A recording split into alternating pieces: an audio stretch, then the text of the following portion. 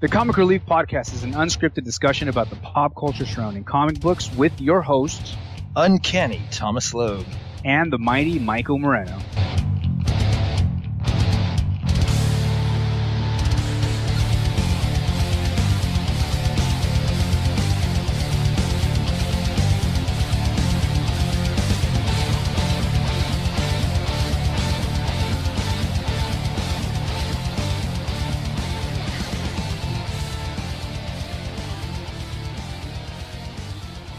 All right, man. So today we're discussing a movie that just came out, X-Men Apocalypse, right? Let's just go ahead and jump to it. Just as a heads up, if you have not seen X-Men Apocalypse, this podcast will contain many major spoilers. If you would like to view or read our reviews without the spoilers, please visit comicreliefpodcast.com. I and Thomas both have spoiler-free reviews, but this podcast, we're talking about everything, start to finish, everything in between. All right, so let's go ahead and jump on in here, man. Let's talk about Apocalypse, the first mutant. Or is he? Originally, he was not considered the first mutant. That was actually something that belonged to Namor. But they introduced Apocalypse, and he predates Namor now, in non-continuity, but in comic book continuity, since he's older. But anyway, yes, let's talk about Apocalypse. They've even retconned that. And there's a mutant that even predates both of them now.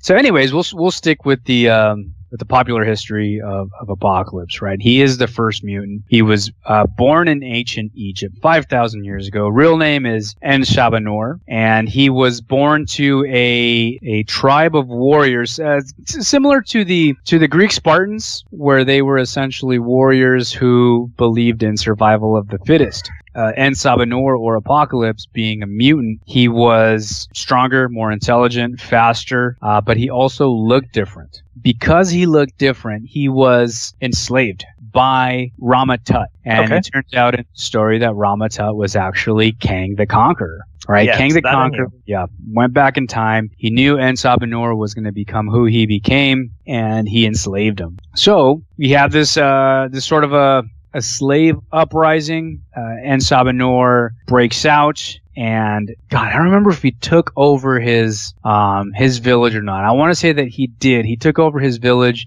and then kind of went about on a world conquering bend, right? Pushed them the way that we see them now, right? So he went into Rome, to Greece, to all these different civilizations, and kind of moved things around.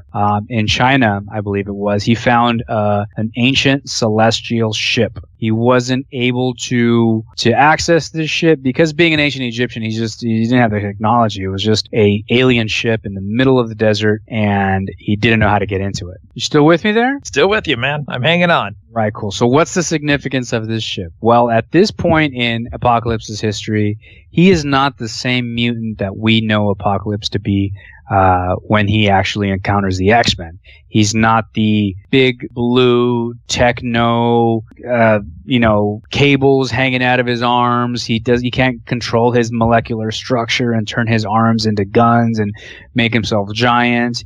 He can't do that yet. I believe Kang sends an assassin back in time again to try to kill him. But the Traveler tries to assassinate him. Coming from the future, he brings back, a different DNA, a different technology. And after Apocalypse defeats the Traveler, he is then able to, through comic book magic, open up the celestial ship with the Traveler's blood by infusing his blood, Apocalypse's blood, with the Traveler's blood. Apocalypse was able to access, celestial technology. And that's when he stepped into the ship, and he made a deal with the Celestials. The Celestials contacted him while he's in this ship, and they essentially made an open-ended deal. They said, yes, we will teach you our ways, but you will have to pay us back somehow in the future. Now integrated with the celestial technology, that skyrocketed Apocalypse into becoming one of the most powerful beings on Earth. In the X-Men world, Apocalypse is a force to be reckoned with. One of the things that Apocalypse is known for as well is, just like the Bible, just like the movie, he always has his 4 horsemen with him. Right. Do you remember the names or the titles of the 4 horsemen? let's see, it was famine, war, death. Fourth one always gets me too. Isn't it pestilence? It sure is, dude. Not. Here's one cool thing about Apocalypse. Apocalypse never mind controls or makes a horseman against their will. Now, he can manipulate them. He can give them powers or even enhance their powers, right? Right. In exchange for becoming one of his horsemen. You want some other knowledge dropped that you may or may not know? Absolutely. So back when Apocalypse first appeared in X Factor number 5, the original run, did you know that he was not actually originally going to be Apocalypse? Oh, what was it going to be? So the original deal is that Bob Layton, who at the time was involved in the X Factor title, he was dropping hints at the Alliance of Evil. I don't know if you remember them. Kind of like a light version of the Brotherhood of Evil Mutants. Basically, there was someone behind the Alliance of Evil that was controlling them and kind of, saying what to do. And Layton had originally intended it to be none other than Daredevil's villain, the Owl. Really? Owl, yes. But Bob Harris said, no, you know what? I want something else. I want another Magneto to shake up X Factor the way Magneto had shook up the X-Men. So Simonson kind of drafted something up with Jackson, and I believe his last name is pronounced Guice, Guice. Together, they drafted up Apocalypse. Yeah, they showed it to Bob Harris, kind of explained his spiel, and Bob Harris said, we have exactly what I'm looking for. So, yeah, originally Apocalypse was almost not created. Oh, wow. I'm glad they created him because he is one of my favorite villains, man. Definitely, especially like back in the 90s, like when he first appeared at X Factor, it was, okay, cool, here's this guy. He's pretty much exactly like Magneto. He was named Apocalypse, but we don't know anything about him. He's not uber powerful, but it's not until we see it's in Executioner's Song that we actually really see Apocalypse take off. Like we really see how powerful he is. I think the story that really peaked Apocalypse was, of course, the summer-long crossover of Age of Apocalypse. That was one of my favorite things ever. Oh my God, it was so good. And it was so unique at the time because they stopped continuity and completely changed all of the titles. Changed the teams, changed the title names, changed the look, changed the world. Everything was flipped upside down. Because I remember back then, like before the big days of the internet, there were Usenet groups, and I remember being a part of them, and everyone's like outraged. Even I was pissed. I was like, I've been collecting X-Men forever. How could they even think about stopping the X-Men? This is going to be stupid. And then I read Age of Apocalypse #1 Alpha, and I was like, oh my God, this is awesome. Sabretooth has Wild Child on his shoulder with a chain. Cyclops has long hair and one eye. And Wolverine has only one fist. One hand, yes. And it's funny because, I mean, when I was reading these books back then, I was reading, all the X books. And even with all the lead up, I didn't really understand the scope of what they were going to do. I'm just reading these books and Strong Guy has a heart attack and Rogue and Gambit kiss. Yeah. And just as all this craziness is happening, like their entire world just freezes. Everything goes white. The next month, next week, whatever, we see just everything's changed. The arc or the story or the crossover event was a world without Xavier. And that leaves a giant gaping hole for another villain of that caliber to step in, which was Apocalypse. It's a great giant what if event. So check it out. We have ancient Egyptian, 5,000 years old, melded with out-of-this-world technology. I mean, he's had run-ins with different historical figures. He's changed the course of history. He's one of the most powerful mutants of the X-Men universe and of the world. Let's just say of the world. He's had run-ins with the Avengers, the Fantastic Four. I mean, he's had run-ins with just about everybody. What I did not realize until because I knew we were going to be talking about Apocalypse, so I thought I'd dig up some info on him. Apocalypse used that celestial technology to transform Essex into Mr. Sinister. He made Mr. Sinister. We just told you all of this. He's always been this giant figure in the comics. He was one of those characters that I remember talking with my friend Axel, a guy I used to read comic books with. We would consider this character too strange, too big, too powerful of a character to ever see in a movie. It would be cool if they did an Apocalypse movie, but there's no way they could do an Apocalypse movie, right? Right. Fast forward 2016. we have our Apocalypse movie. Unfortunately, it's a Fox Studio movie. We can't have everything we want. We can't have stuff everything we almost want. Well, I'm just gonna come out and say, like, we can throw the first 3 X-Men movies: X-Men, X-Men 2, Mutant Boogaloo, and X3, and the 2 origin movies. We're gonna throw those out. Those have been essentially retconned. The movies that we're gonna be talking about, of course, are X-Men First Class, X-Men Days of Future Past, Deadpool. And I'm just gonna come out and straight up say that I was not a fan of these movies, except for Deadpool. Deadpool is probably my favorite movie, which I rank up there. And if you guys have heard our podcast, I'll rank it up there with Guardians of the Galaxy and the Avengers and all those movies.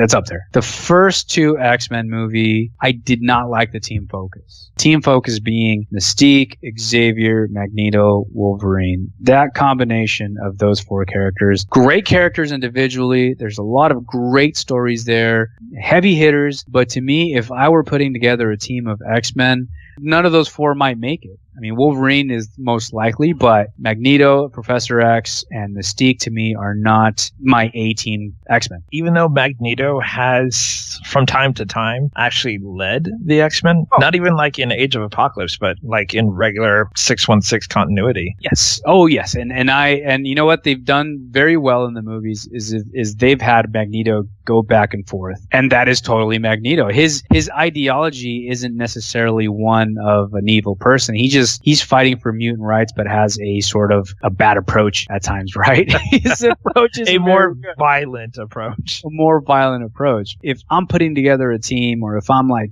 which X-Men characters do it for you? I don't think they may. Villain, sure. I'm okay with him being the main antagonist in a book or in a movie. What Fox has done is they've put really big names behind these characters, and they need to get their money's worth, right? So you have Jennifer Lawrence, James McAvoy, Michael Fassbender, and of course Hugh Jackman. How do you feel about that core team right there? I mean, I grew up on the more classic feel of the X-Men, but after seeing X-Men 1, 2, and 3, I've just kind of accepted I'm not going to get the X-Men team that I know and I love. Each time I go into seeing any of the X-Men movies, I just want to walk out and say, at least I was entertained, because I know I'm not going to get the movie I want. I would prefer a different team. This is not the team of X-Men I would throw together for a movie. I would think that we would get characters that people are more familiar with. It seems odd to have Mystique be such a centerpiece. Jennifer Lawrence is a big actress, especially after the whole Mockingbird, Mockingjay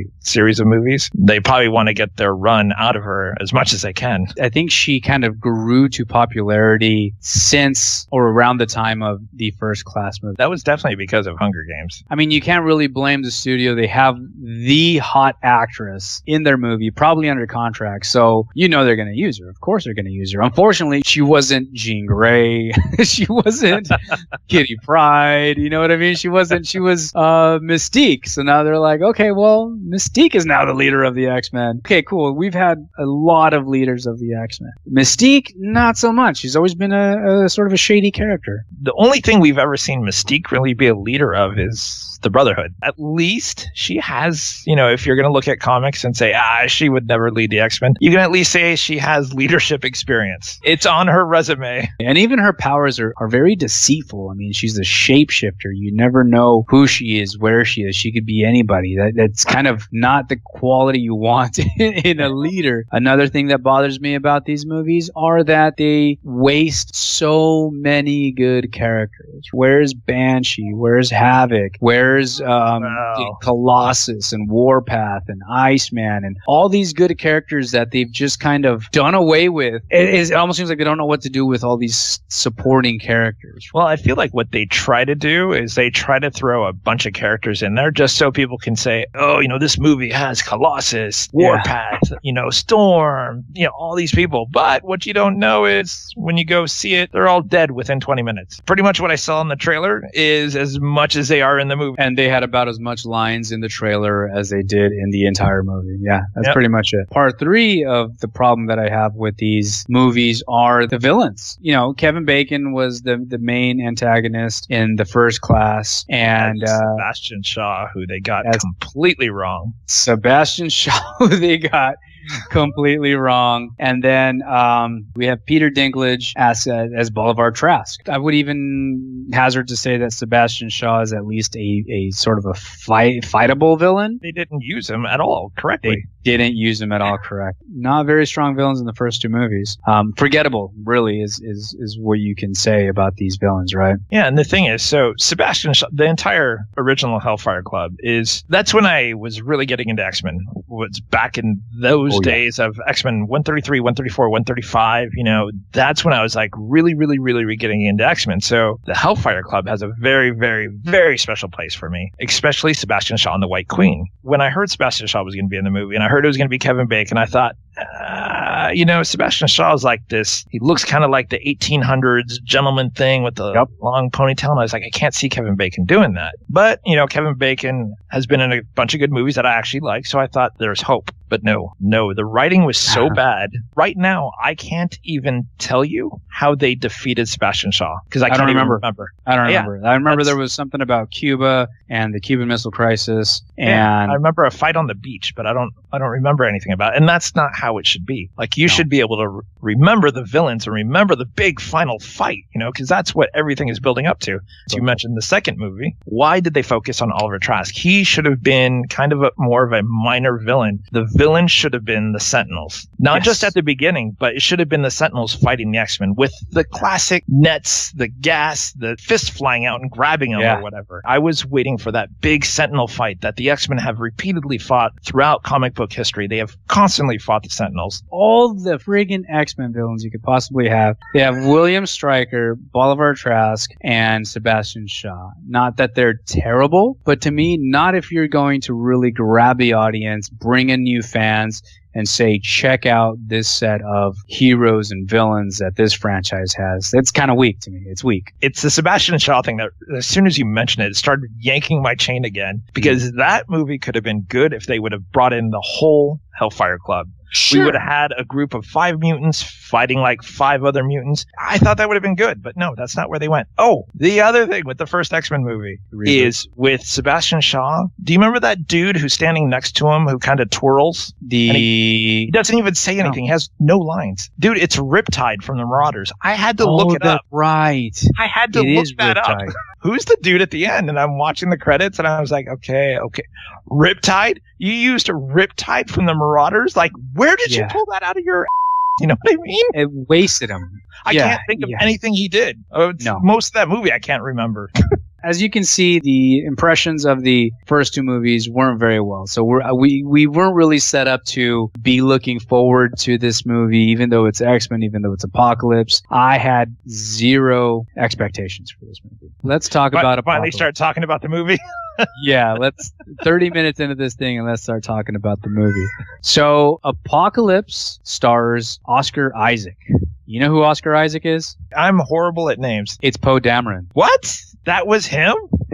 That was him, dude. I was originally kind of bugged by Apocalypse's appearance. Yeah, I believe they also changed his look. I think a lot of people complained and there was like a backlash, so I think they actually went in and changed his look slightly. That might be part of it too, because I remember watching, the original trailers and not really liking it, but it didn't really bother me, throughout the movie. It's kind of like, well, this is the movie version that we're getting. The X-Men franchise is not known for being loyal to the costumes or to the content, so I didn't mind it. And I thought he was fairly imposing. He was convincing as Apocalypse. What I didn't like was Bryan Singer's sort of take on his presence. Full body shots in the daytime. It made him look small, especially early on when he's just kind of walking around the streets of Cairo. Cinematography, could have been better. Could have been better. We have our established bad guy. It's clear who Apocalypse is. We know his intentions. Survival of the fittest. He wants to redo the world in his vision. Another major plus is team itself had a very different look. And I liked it. What do you mean, a different look? We had Cyclops back on the team. To me, right there, that just went up 2 letter grades. Ty Sheridan as Cyclops. Sophie Turner as Jean Grey. They play these characters very well as a young Scott, a young Jean. Sophie Turner. I think Sophie Turner could have vomited on screen, and I probably would have loved it because I'm such a huge fan of Sophie Turner's from Game of Thrones. Right? She could have just picked her nose the entire time, and I would have been like, brilliant. Yes. Done it with telekinesis. Not even really thinking. Just move her finger around her nose. Exactly. Cyclops has been missing, was sorely missed on this team, and I was glad to see him and Jean back in the movies, man. This is what the first X-Men movie should have been, because it feels like this is the X-Men team coming together. This feels like yet another X-Men origin movie. Every movie is like the team learning to, fight together on their first mission. Can we get the X-Men that are seasoned? Well, I think part of it is you have First Class, right? So that happens. Good or bad, whatever, it happens. And then you have Days of Future Past, which essentially almost pretty much kind of undoes it. Yeah. Because they end up changing the timeline because of it. And then we get Apocalypse, which kind of picks up from Days of Future Past in some regard. If you look at First Class, Days of Future Past, and Apocalypse, they're trying to tie these movies together, but they don't. They've not planned anything, is what it feels like to me. Yes. Like they did First Class and they're like, okay, we're going to reboot it. And then for whatever reason, they're like, no. So let's change some stuff. Let's do Days of Future Past because it's a really cool storyline. And that's going to change the First Class storyline completely. And then they kind of like do where you see that Cyclops at the end of Days of Future Past, but then that's not the Cyclops that you see in Apocalypse. Each one is basically its own movie. So there's continuity without continuity. You're right. It looks like they're sort of winging it and they're like writing it as they're going. Deadpool was probably a nice little smelling salt for Fox to say, hey, there's money to be made here. You guys, let's start paying attention. Look what happens when you're like loyal to the content, This Apocalypse and Deadpool have kind of got my hopes up, but I'm an idiot because I'm going to get my hopes crushed. You're going to get them burned. Burned to the ground. I do like Bryan Singer's take on Cyclops' powers. I mentioned in my written review that when Cyclops uses his powers, and that goes for the original X-Men movies too, it almost feels like he's opening up a fire hydrant on full blast. It's not the straight laser beam that we're used to seeing, which I'm sure it's a lot easier to draw in a comic, right? In the movies, Cyclops' optic blasts look very, very impactful. They look like they have some punch behind them. Look like they have some force behind them. Cyclops and Jean were, I think, the best part to this movie because they both had their moments. But I do have to say, there's one, it's trivial, but it bugs me because every X-Men movie has done this. What's that? Why does Jean Grey already have the Phoenix Force? I don't think we're going to get... Well, obviously we're not because they've already given Jean Grey the Phoenix Force. But to me, that is a wasted opportunity of explaining how Jean gets the Phoenix Force by just having her have it. Why is that not its own movie? They could even, if they wanted to, kind of do a variation where,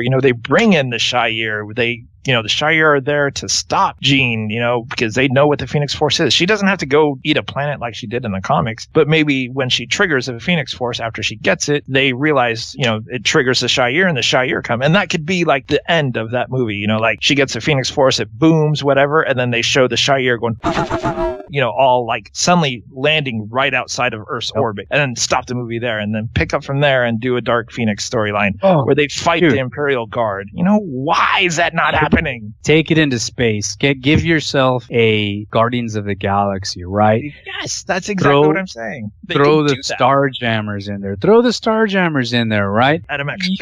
Adam X, sure. You can open yourself up. You do a whole storyline with Corsair and Scott, and you can open you up a whole nother world. Something had to beat Apocalypse, right? Obviously, the X-Men weren't going to punch them into submission.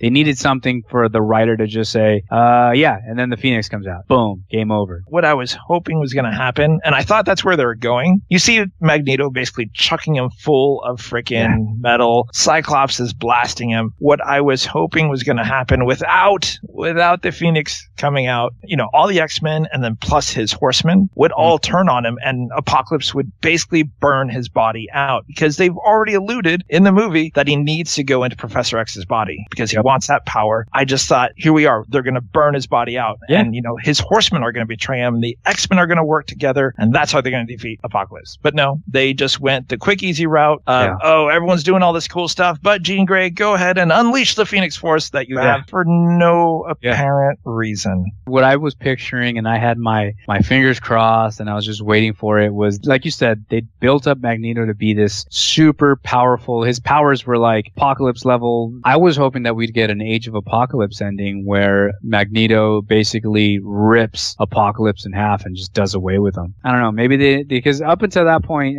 Jean Grey didn't really do much. I mean, she was kind of running along with the rest of the team, but that was her major scene. That was like her major coming out scene, was the Apocalypse scene. I guess as I was watching it, and then after I watched it, I already had, here's how I would have made the movie better, kind of thing. We saw Professor X go inside of Apocalypse's head and stuff like that. Which, by the way, I loved. We went to the astral plane. I was like, yes, the astral plane. I was on board with that. That was cool. And that's what I thought Jean was going to do. I thought Jean was going to basically use Professor X as an anchor to connect into Apocalypse's head and basically try to shut down his power while the rest of the X-Men are drilling him and burning his body out. Oh, that would have been great. Because now he's fighting on two fronts. And that's what I thought, that would have been cool to basically burn out his body. But that's what I wanted to happen. I wanted her to basically go through Professor X and go into the astral plane and say, he's not alone. He'll never be alone. He has the X-Men. And then, boom, start pounding on Apocalypse right there. You know, the more you talk about it, the more and more and more it makes sense. You're absolutely right. That would have been 100 times better. We just need to work for Fox Studios and say, listen, let Maico and I write the next X-Men movie. I mean, not to say I have an ego or anything, but we could do better. Well, look, there's a dude named Adamax, right? Let me tell you about the solo movie I have planned for him. The new leader of the X-Men, the real Summers brother. Oh, speaking of that, of the Summers brother. No, I'm actually going to go something else. Random, obscure fact. Robert Weinberg, who was writing Cable at the time, he had planned a story to reveal that Apocalypse was the third Summers brother. But Weinberg left the book before he could get his plan done. And then the third Summers brother was eventually revealed to be Gabriel Summers, a.k.a. Vulcan. Like, first Apocalypse almost doesn't get created. It was almost Owl. And then this dude wants to make Apocalypse somehow the third Summers brother. That would have been bad.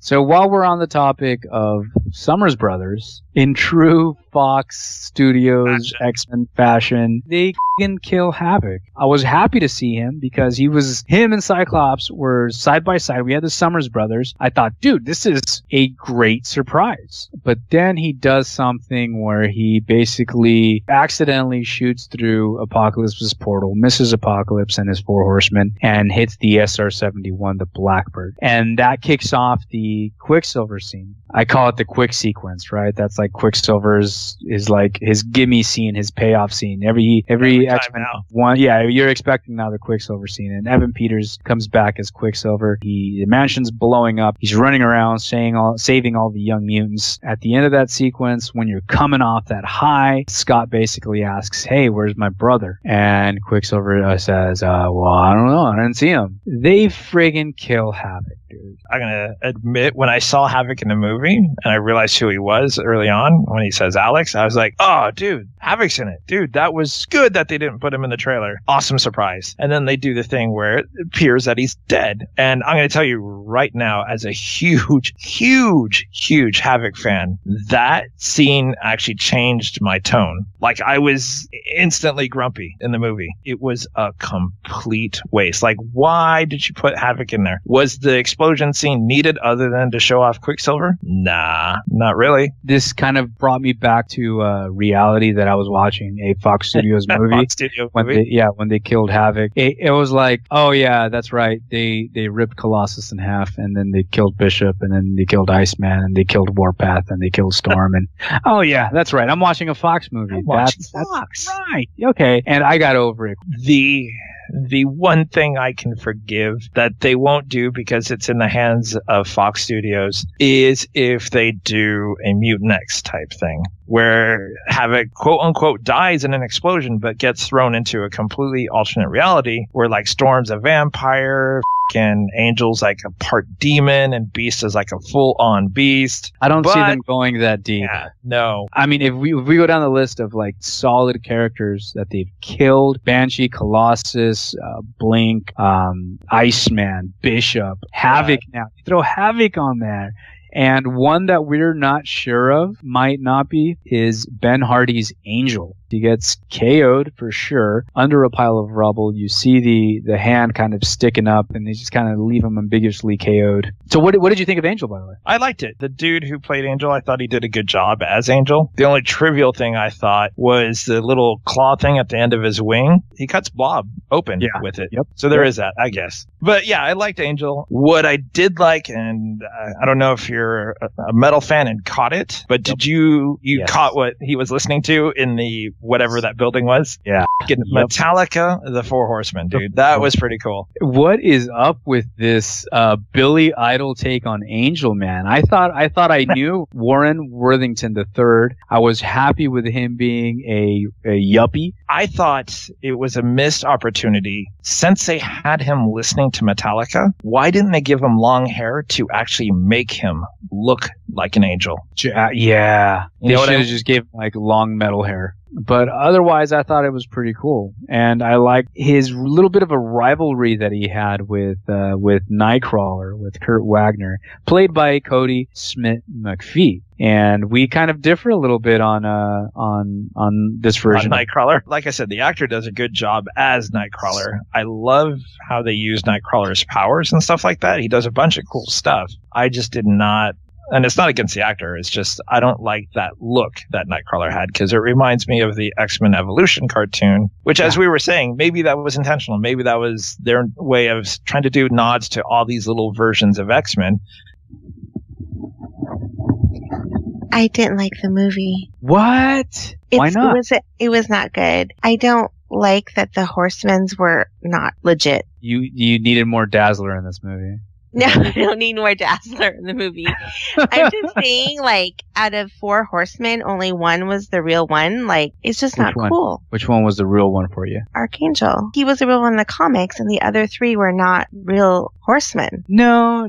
I was okay with that. They've done, I mean, Wolverine has been a horseman. Gambit has been a horseman. Really? Because it's like, if I got, like, Barks root beer and fake root beer, you'd be okay? Yeah, Brand X. I didn't like Storm as a horseman. I thought that was kind of weird. No. Like, of all your says, why Storm? She's an X-Men. She's like a traditional X-Men, right? I can see how you can get away with Psylocke, maybe Magneto, but not Storm. What are you doing? I think it was a little, like, cheesy. You know, that's a good point. Like, if they would have gone with with the more traditional horsemen, the more unknown horsemen, they could have saved Storm, Psylocke, and kept them on the X-Men and not had to make them bad guys and not had to give them this weird story. All right. Well, that's all I have. Dude, thank you. Nice chatting with you. Bye. And we're back. Dude, Amy brought up a great point. The horsemen themselves, like, why Storm? Why Psylocke? Of course you're going to do Archangel. That's fine. Magneto, I probably wouldn't have gone with Magneto because he's about as big as a villain as Apocalypse. They should have just done some of the more traditional horsemen from the comics. So the one thing is we see Apocalypse basically say, "Hey, Magneto, what you need to do is touch the Earth and feel the Earth, and you'll see that you have all this untapped potential." What bothers me is, why didn't he do that to Storm? Why didn't he say, "No, you don't just control this weather here." You know, she creates like monsoons and creates floods and starts washing out civilization, because that's what Apocalypse wants to do. Why didn't he do that? Why didn't we see why he picked Storm? Yeah. Like, Storm and Archangel and Apocalypse makes sense to me, especially if he had shown Storm her potential. The one that does not make sense to me is Psylocke. Why was she picked? I was okay with it, I guess. She was like the first one that he found, so I'm sure he was like, "Damn, I found a sexy one, like, on my first try." I've been buried for 5,000 years. Like, it's funny how he's giving all his horsemen this sweet armor, very protective, right? Like, very well shielded, and then he leaves her in a bathing suit. A bathing suit. All right, but let's go back. We were talking about Nightcrawler, and I was saying how I didn't like that appearance because it reminds me of the cartoon.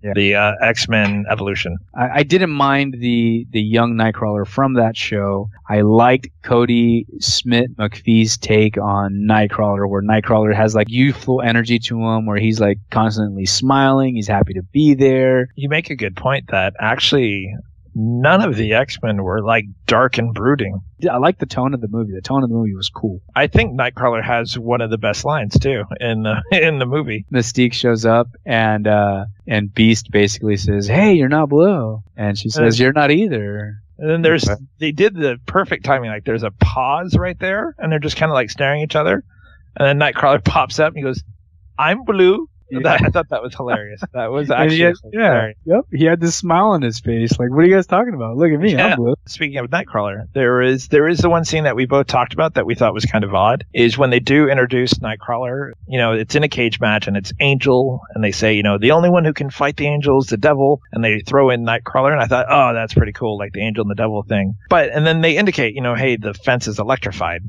It does nothing to stop Nightcrawler from teleporting inside the cage. And so they're doing a thing, and Nightcrawler's like, I don't want to fight you. I don't want to fight you. And he's like teleporting around the cage, just not wanting to fight Archangel Angel. And Angel says, you have to fight or else they'll kill us. And then it shows those dudes like load their guns and like kind of aim it at the cage. And I thought, why doesn't he just teleport out? Right there, I thought, wow, you guys, it's either lazy writing or you're writing this character wrong. At some point in the writer's room, no one said, why doesn't he just teleport out of the cage? And then another thing is in that same scene, Mystique just cranks up the juice on that cage to 11. And it's like, why don't you just turn the electricity off? What are you doing? That made no sense. Like, it would have been fine if she would have turned it up and then kicked someone into the cage because, she's doing it to, like, fight these dudes with guns and, electrocute these people. There's two dudes in there that you're trying to save that are fighting. Like, you might kill at least one of them. You're right. The writers had to figure out a way to damage Angel's wings, and that was just convenient, and it's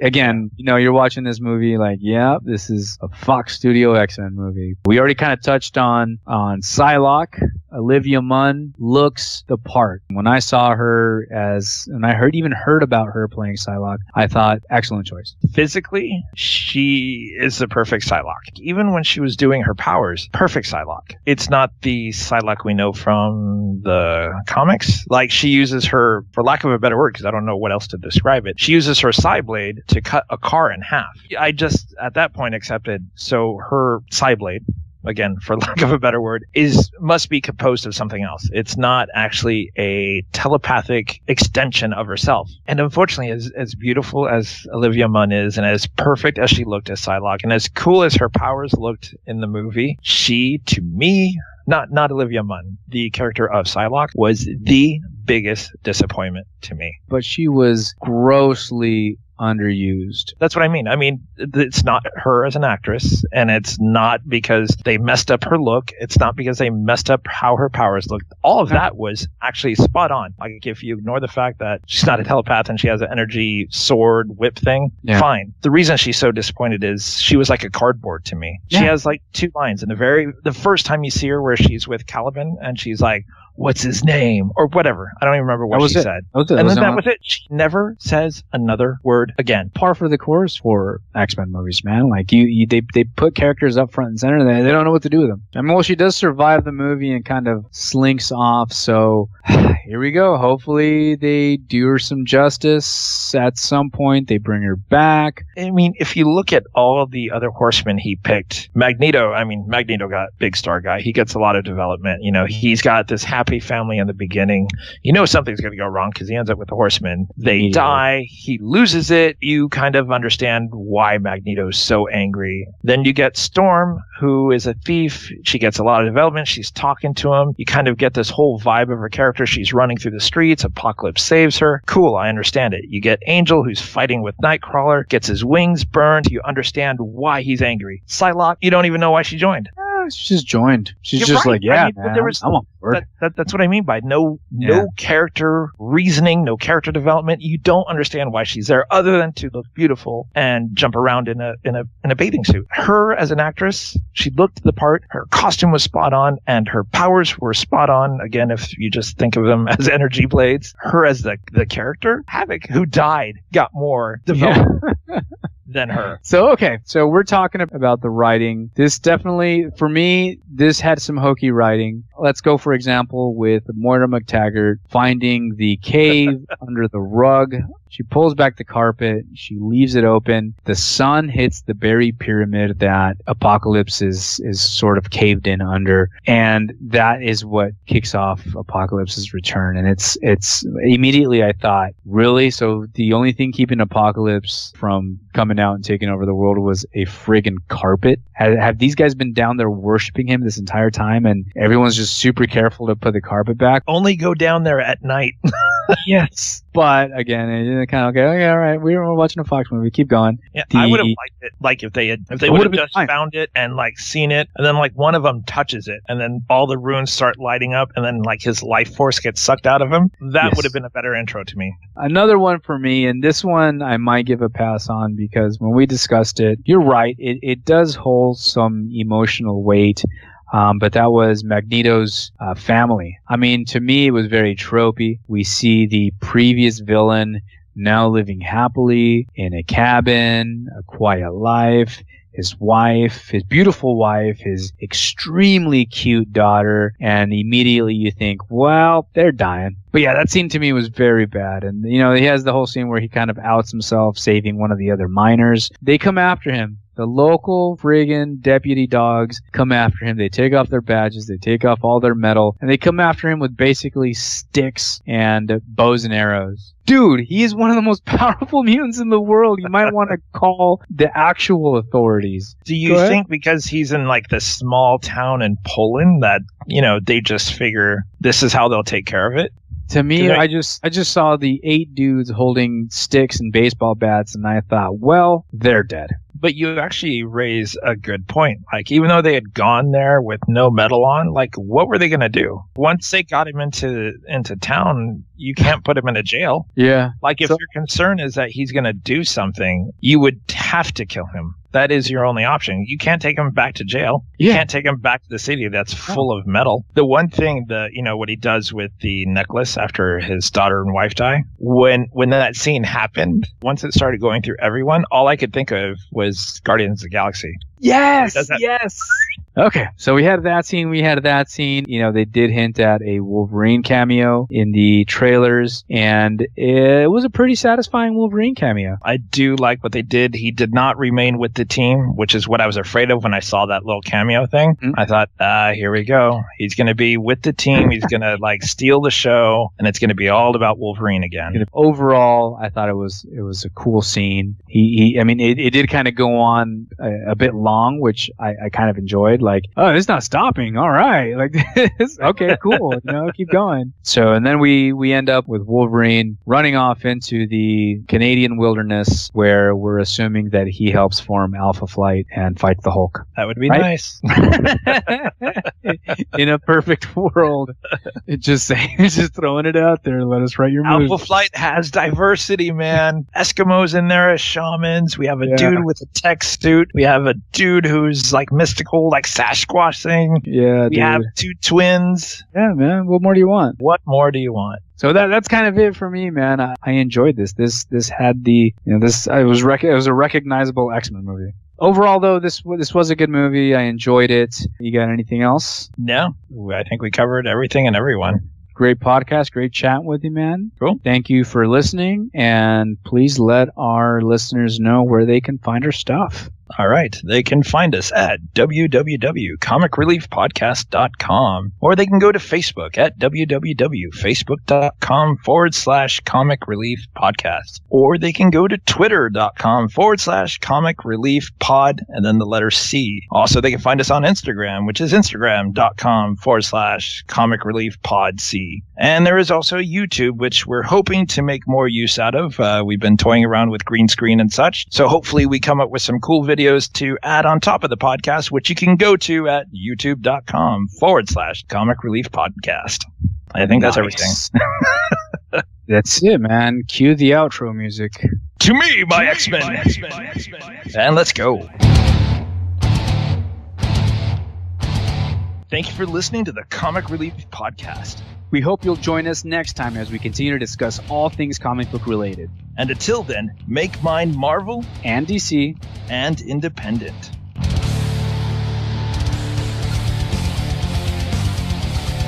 I'd like to give special thanks to Adam Johnson, who did the heavy metal version of the classic X-Men animated cartoon series theme song that you hear in the beginning and the end. You can find Adam Johnson's YouTube channel at youtube.com/user/AJHeretic666. You can also find him at adamjohnsonuk.bandcamp.com. He is also on iTunes. You can also find him on Facebook at facebook.com/Adam Johnson Music. And he is on Twitter at twitter.com/Adam J Music UK.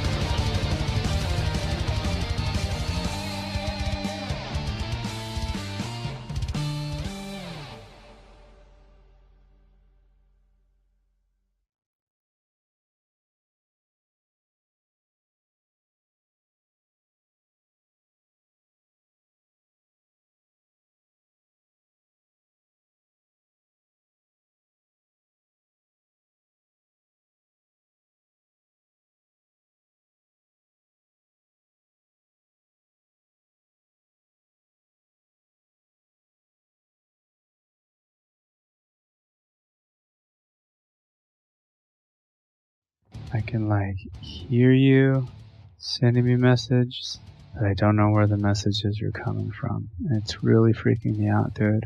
I don't even know. Putting on the headset. What it do, baby? What it do? Unplug this laptop and keep talking. Make sure that it's recording. Ugh. Do your thing, man. Oops. I can hear myself in the other room, so I'm pretty sure it's recording me. Hello, me. I sound like God. Can you hear the echo? Yeah, I can. I am God. Yeah. I thought you were gonna do the Megadeth, dude. The Megadeth? Hello, me, it's me again. Oh yeah. Hello, me. It's me again. It's a weird echo. Whoa. Smacking that battery. Do it, man. That's hot. Smack, flip it, rub it down. Oh no. And you knew exactly where I was going with that. So what I figure we'll do, since that dude gave us permission to use a song, Yes. is we'll re-record our normal intro line so that I can yes. Can we do that? into that song. All right, man. Let's go ahead and let me record the little intro here. One take. Maximum effort. First try. Hey, listener. Welcome to the Comic Relief Podcast. Hope you survived the experience. The Comic Relief Podcast is an unstripped... Oh, there goes first take. The Comic Relief... I was laughing. Hold on. Let me stop laughing. You gotta get your laughs in. Go. The Comic Relief Podcast is an unscripted discussion about the pop culture surrounding comic books with your host. I don't like how they came out. I was reading it too much. Yeah, instead of feeling it. Yeah, man. You gotta feel it. Right from your dude. So much for first try. The Comic Relief Podcast is an unscripted disculpture. The sculpture. The Comic Relief Podcast is an unscripted discussion about the pop culture surrounding comic books with your hosts, Uncanny Tawmis Logue. And the mighty Maico Moreno. All right, and then do you want to do the outro part too? Sure, you want to do it now? Yeah, because I'll just superimpose it all into music. Okay. Thank you for... Outro, Thomas. Thank you for listening to the Comic Relief Podcast. You're going to just read the word Thomas. Thank you for specifically thanking me. That's my line, dude. Thank you for listening to the Comic Relief Podcast. We hope you'll join us next time as we continue to discuss all things comic book related. And until then, make mine Marvel and DC and independent. All right, man. You ready to jump into this? I am ready to discuss X-Men Age of Apocalypse. Or no, sorry. Yeah, X-Men. I do that all the time. Let's start that over. Hang on, I got to do one last thing on my side before I lose all my concentration. I thought that was already gone. That was weird. It just randomly gave me a 169 IP address. No way. Okay, should we start over? We got up to where you're talking about how the Inhumans, oh god damn it, the alien ship, he got in. Who did I say was the alien ship? Not the Inhumans. God, you just said it was an alien ship. No, you said it was, oh my god. Totally forgetting right now. Did I say Celestials? No. Did I you? wonder who I said. Do you want to just start over? Yeah, that's what I'm thinking, man. Let's just start over. All right, let's do it. But it's not until we see. Oh, what was where it's not Age of Apocalypse, but the other story where it's like Apocalypse, Sinister, Cable, Strife. What was that called? Oh no, we're gonna play this game. Oh, what was it? That was a very good story. Oh, all right. I'm looking it up now because I know exactly what you're talking about. It wasn't Onslaught, was it? No, Onslaught was when Magneto and Professor X merge. Acts of Vengeance. No, that's when Loki lets all the villains out and they fight different people. Why do I know all those other ones, but I can't remember what this one's called? The issues were bagged and like the top is blue with the yellow writing. Yes. I remember the covers. I remember Jay Lee's covers. I remember, oh my god. You know what? I'm just gonna Google X-Men Apocalypse crossover. Come on, Images, don't fail me now. Images, you are failing me now.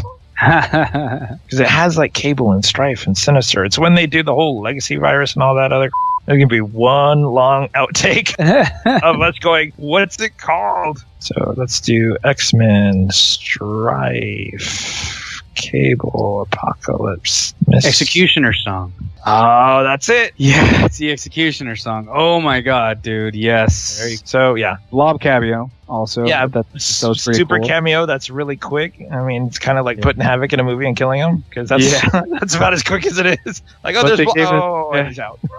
They gave us Blob in costume, in the classic Blob costume, which was black and yellow, which was nice. And for being immovable, they sure were carrying him out of the. Yeah, they carried him out. I and thought not even like buff dudes. It was like regular dudes. Like, hey, let's just carry him out. I mean, I was like, dude, I'm not even sure those 4 dudes could carry me out. You're not that immovable. They could have put Dupe, yes. They could have put Dupe in that role, and that would have been a more interesting friggin' like, wow, that's surprising. They went that direction with the Horsemen. Yeah, green alien booger thing. Bye, Maico. Good night, Amy. I mean, I guess I still like you, even though you like this movie. I actually kind of like this movie. Can you believe that? I mean, it's a bad movie, Maico. It's a bad movie, but it's not the worst movie of the X-Men movies. They weren't fighting Peter Dinklage, and they weren't fighting Kevin Bacon.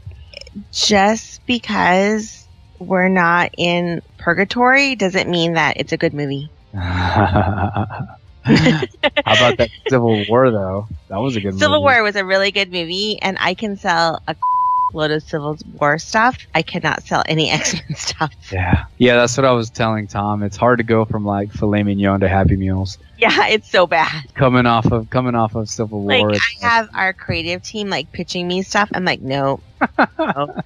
Yeah. I'm like, do you have anything for Suicide Squad though? Nope. They're not but selling? I absolutely can sell anything with Harley Quinn. Oh, of course. You can't sell like a Magneto bolo tie or something like that? Magneto bolo tie. No? No. All right. Have a good night. I'll talk to you later. You as well. Good night, Amy. Bye. To me, my X-Men. And let's go.